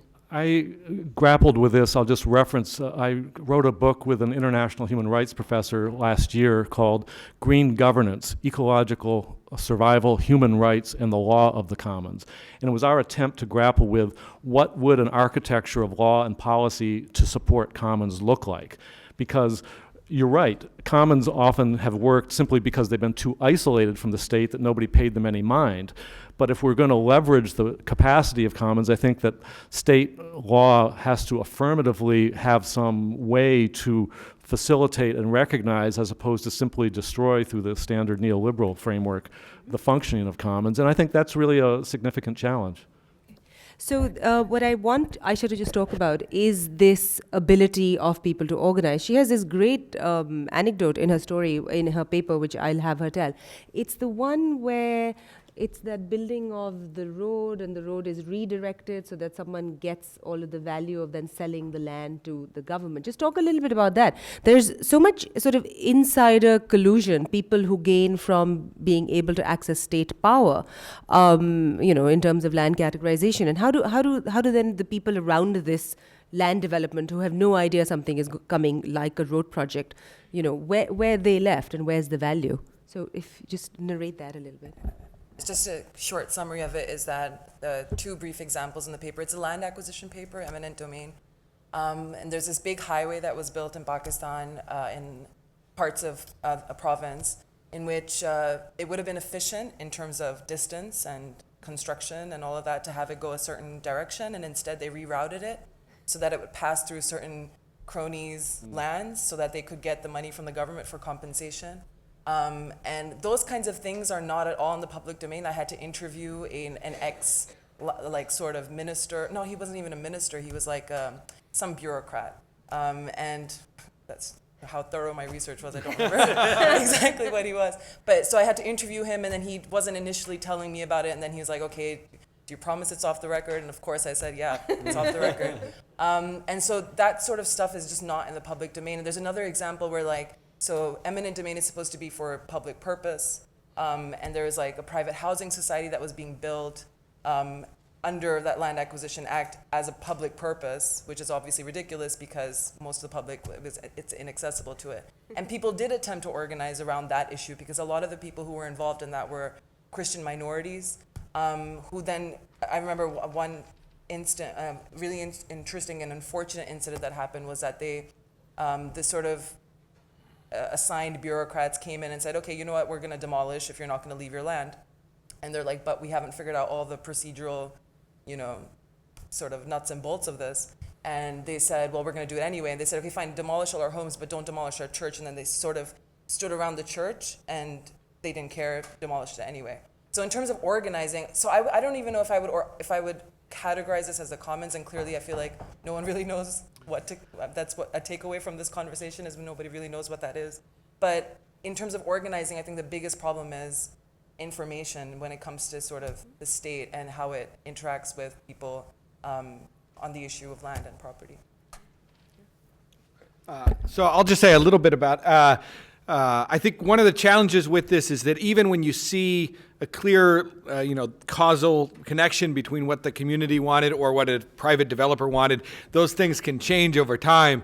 And so the example I have is, there's two. One is in D.C. People don't know this if you're from D.C., but Rock Creek Park was founded because a developer who was developing Chevy Chase wanted a park next to his land to increase the property value. That seems very much in line with the story that was first told. I think another complicated one is in El Salvador. They have this parkland that for throughout the war was undeveloped, and the parkland was the place where parrots were, and it was parkland. And the city then the city and the owners of the park, because it was private land, noticed that the poor were moving in herds. I mean, there were just tons of poor people claiming, under a sort of DeSoto thing, but they hadn't been there very long, a right to be there. And the reaction, you could think, what's the state going to do and what's the private developer going to do and how do you deal with this? And the reaction was the poor people hadn't taken over all the park. So they actually left the poor people there, built a road which serves the poor community but also serves the larger city, but then on the other portion allowed private development occur that would have faced a protest by the people for destroying the parrots. And I think what you see there is that what looks at first like it's pro-poor or pro this community ends up then going towards the community that had the power to begin with, this one family. Last example on this that I think, when you buy property in El Salvador, one thing you look for is if there's somebody already living on your land, because then you have to pay them. And you have a right to their property as long as you pay them enough to force them to move. So you have a sort of a take. You can take it as a private matter, but you have to give them compensation. Well, the question becomes, is that a good or bad thing, right? And I think there are mixed reviews. So you could have a pro-development standpoint that said, this is part of why the poor are now commuting 3 hours to get into the city because everyone's afraid of doing anything with their land. On the other hand, you could have those people are there, let's protect their interest. And so you can, even within however you define that community, have internal group conflicts over the value of these rules. And I think that it's important. I've renamed what the state, because you describe a situation where the state basically betrays the public trust. And because the state is not the owner of those, it's a trustee on behalf of the public. I call them state trustee commons to try to emphasize that dimension, because we even see the bankruptcy of a lot of liberal thinking, the way eminent domain law has gone in the U.S., that giving it over to a private mall is the public interest, and liberals sign off on that.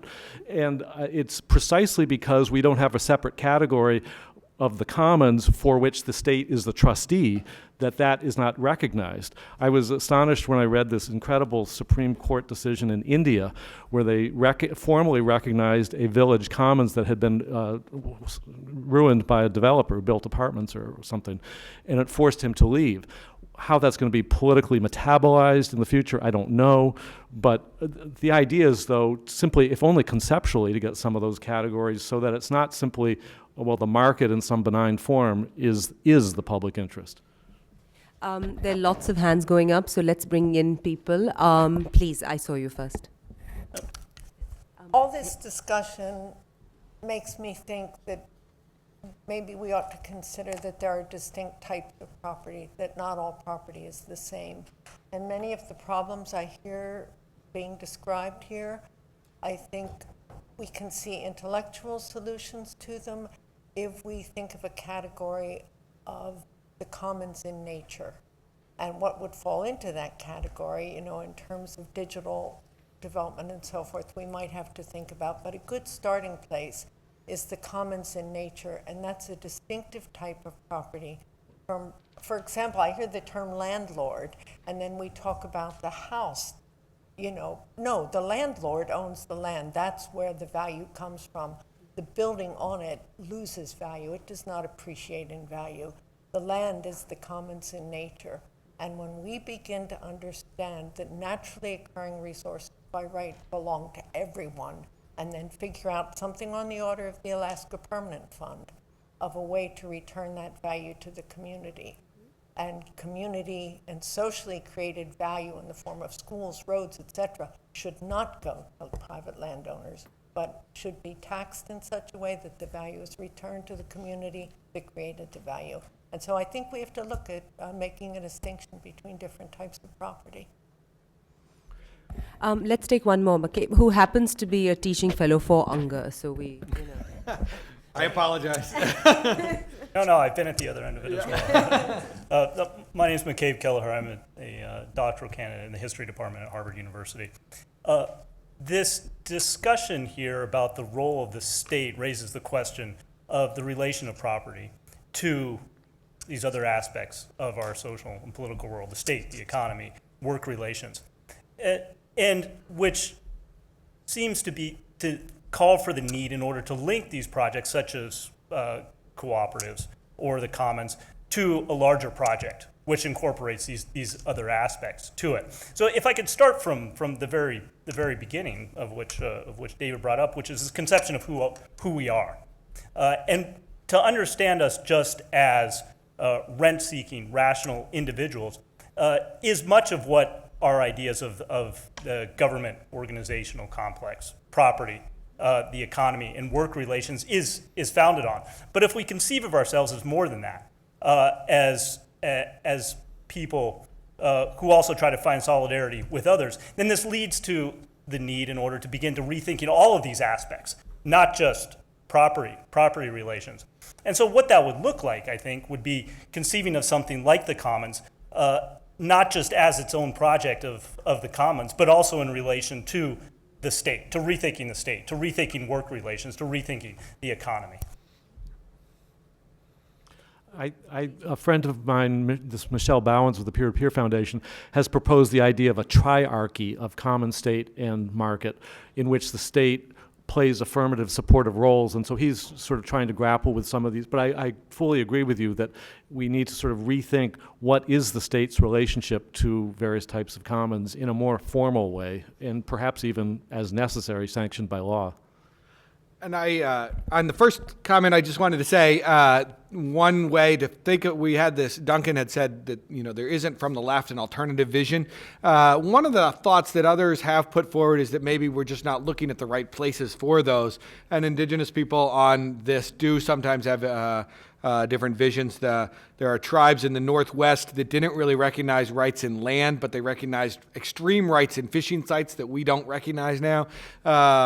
And then on the second comment, my challenge, and this is all, so I will just say, if you're thinking about being a legal academic, my most read thing is a parody on becoming a legal academic.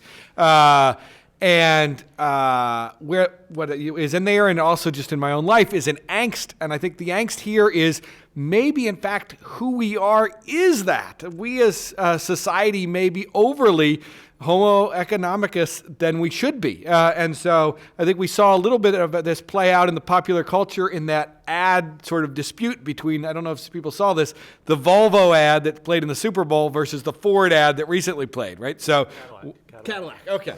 Cadillac said, you're an engine of making money, and the other one said, no, you want to make the world a better place. And I look at my own life, and I look at Americans, and I think we are so individualistic, and we think that that's right. And then I go to where my in-laws are in El Salvador, and El Salvador has the 4th highest happiness in the world, despite being much poorer than we are, having many more struggles and challenges. If I were to look at those two things, I might think their idea, which is less individualistic, more family-based, is a better understanding of who humans are than we as a society have embraced. Please, lots more hands going up. Please, go ahead, at the back.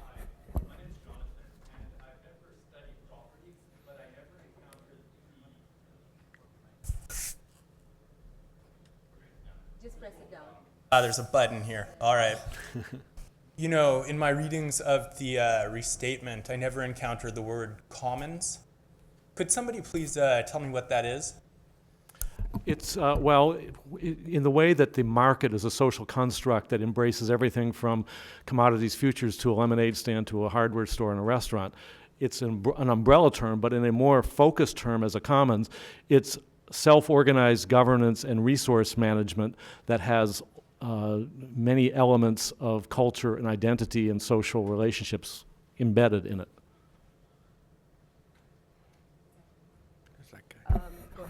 Go ahead. I just wanted to flag that, I mean, it seems to me that the place where you could say the commons is most represented in existing American law is in corporate law. That the sort of charter that you're talking about is actually just the corporate charter that was initially given by states for select, very narrow purposes. There was no indefinite life, and has now evolved into something that is incredibly easy to form and has almost very little or no oversight. It's like an agreement that we're going to share our relationships, but in a monetized contractual way, and that's the terms of the, I mean, in some ways I consider the market a subset of the larger commons genus, but that's a very interesting point. Okay, more hands, please, go ahead. So, I apologize because I missed some of the discussion in the middle, but I wanted to respond to the sort of, I mean, we were talking about the relationship between the commons and the state, and I maybe want to just make a comment about the relationship between the commons, property, and politics. And David, you opened by talking, sort of invoking a communitarian kind of radical idea of depoliticization or repoliticization, or somehow transcending the traditional left-right distinction. And I just want to point out that when we're talking about the neoliberal order, one of the cornerstones, it seems to me, of that neoliberal order and in its political strategy has been to perform a similar kind of move, where the neoliberals come in and they say, enough with this left-right squabble. We're here with a real answer that is the right answer, and it's the right answer because they're appealing to something that isn't left-right. And so to me, I think there's potential to repoliticize some of these things, like the commons and like forms of communal property. And I think there's value in a line drawing exercise and in saying there's an us versus them distinction, which you can get strength from when your enemy is a force that tries to deny that that line even exists and tries to say there are no friends and enemies here. Well, I would guess I would disagree with your characterization that the commons asserts a universal or totalistic approach, as well as one that depoliticizes, because I think that if anything, the commons puts back on the table, this is political. But it's political and highly diverse, situational, and so forth. So to that extent, I think I would disagree with your characterization. I think it opens up a conversation that's otherwise shut down. As far as the left-right spectrum, I think you're right. There is some value to excluding, but it's only excluding those who would, quote, illicitly privatize or appropriate against the rules of the commons as negotiated. So this implies a certain stance towards the market and its, let's just say, market behavior, or even more precisely, capital-driven markets, which are far more predatory and acquisitive than, say, a farmer's market. So those are the distinctions I would introduce into what you said. I think it's a more complicated and diverse scenario. Yeah, quick thing. I guess I wonder if this isn't just a general problem of anyone on the left versus the right, and not necessarily about the commons or not. And so, and to go to Unger, one thing that I do remember from when I had him was the ideas of stating a goal versus just going in a direction, and the importance of perhaps moving in a direction even though you can't agree on the end goal. And I think to some degree you could see this in scholarship as just a choice, and I will say I make this choice all the time. Do you meet the conversation where it is, or do you exit the conversation? In my own and I work, I have at times exited the conversation and then no one reads it. And at other times when I meet the conversation where it is, it gets more read. And so I think the challenge is, how do you meet the conversation and yet still note that there's a difference between the people you're talking about and yourself. And I think this goes I think there is a connection with the corporate law point. When Coase came out with his book that had all three of his essays, his introduction said, why are we talking about this? We're not in a Coasean world. We need to move on. And we just don't listen to that Nobel laureate on that point. So there's lots of hands up, but I suppose we'll take, Malcolm, and then you've had your hand up for a while. Okay. First of all, I just want to say that you missed one TV commercial, which was Bob Dylan's Chrysler commercial. I did it. Very good. I'll write it down. It'll go on my book. Okay. I was trying to think of how to phrase my idea in terms of a question, and I was having some difficulty thinking of how to do that until the gentleman at the back asked the question about how do you define the commons and the absence of any mention of the commons in the restatement. And I just ask you, which restatement are you referring to? Okay. Well, and I'm very curious as to what our panelists think about this idea, that the reason that it doesn't appear in the restatement, or the reason why perhaps the commons doesn't fall under property law, black letter property law, is because the commons in property is terra nullius. And historically, that's where the commons lay. It was in terra nullius. So would be interested in your thoughts on that. And I just want to tie it to another thought that I had, which is that, at least in the history, in the Canadian context, which is where I'm from, terra nullius was inhabited, but there was this notion that terra nullius was a commons for the taking of the colonizer. That's precisely, I mean, that you raised an excellent point. This was John Locke, of course, and it's been a standard. Really? I'm sorry? It's been a standard justification for the takeover of shared resources from North America to even today, biopiracy and genetic resources in Madagascar, India, and so forth. And I think that's a really important point. I think the reason that it's not, property is missing not only from the restatement, I might add, from most economics textbooks, because even though an estimated 2 billion people live on their everyday lives depend upon forestries, fisheries, wild game, irrigation, water, farmland, as commons, it's not mentioned at all except as the tragedy. And I think it's because it's non-market behavior in which money's not being exchanged, there's no contracts and so forth, and therefore no GDP, and therefore why do we care? And I actually have a different thought. I think we actually, if you look for it, the commons, and this goes, I think, with your point, you see the commons everywhere. And I think one of the ways to think about this is on Law and Economics, and Eduardo's paper put this in a footnote. What do you do with the fact that it's being complicated by things like behavioralist or behavioral law and economics and ways in which we're looking now to what happens below the rule level? And that stuff below the rule level has been a subject of property theory, Shasta County or Ellickson stuff on what happens in either the home or in these informal communities. But we just don't do it or don't talk about it in that as a commons, even though that's what it is. It's what happens in the absence of these formal rules. And so I think the same is true with land. We don't think of it that way, but it definitely was. To put Ptolemaic epicycles to save the regime. I just want to come back to some of the. I'm sorry. I apologize. Please. Hi, my name is Mark Purcell from the University of Washington. I'll be in one of the sessions later. I'm actually wanting to respond to your point, but I've been wanting to just give a shout out to the general public license discussion and the Berkeley software distribution and the MIT license and the various licenses and the Creative Commons license, because I think they help us sort of across the board in so many different ways. But to speak to the theme of the session, it seems to me to be a fair amount of angst in the sense of the possibility of living as a subject, as a commoner, as seeing oneself as a commoner. But if we look for the commons, they're everywhere kind of argument. And one of the things that seems to help is to try to exist in a world in which it's taken for granted that the commons is a better way of living.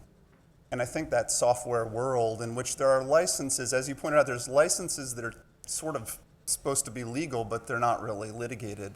They're not really laws. They're not really copyright. They're just norms. They're sub-laws. They're taken for granted. Of course you would do it this way. A legal fake out. And there's great, yeah, in a way, and there's lots of debate about them, right? The open license that allows for re-enclosure and the license that does not allow for re-enclosure, for example. And there's debate about how we should write these, but it's kind of a strange debate because there isn't real litigation around them. But there's a set of very well-established and well-discussed and well-defined norms around a set of ideas that just make perfect sense. Why would you enclose? Enclosure doesn't make any sense. Enclosure is not the way we do things. Enclosure gets in the way of things. Share and share alike. That's how things work better. And living in that world allows you to just get a little therapy. It seems like a little sense that this is possible. Even if it is marginal, it's not marginal while you're there. It's common sense. That was an unintentional pun that perhaps can be taken many useful. Well, that seems like a great, unless one of you, that just seems like a great note to end on. Thank you so much. We'll move to lunch and continue the conversation.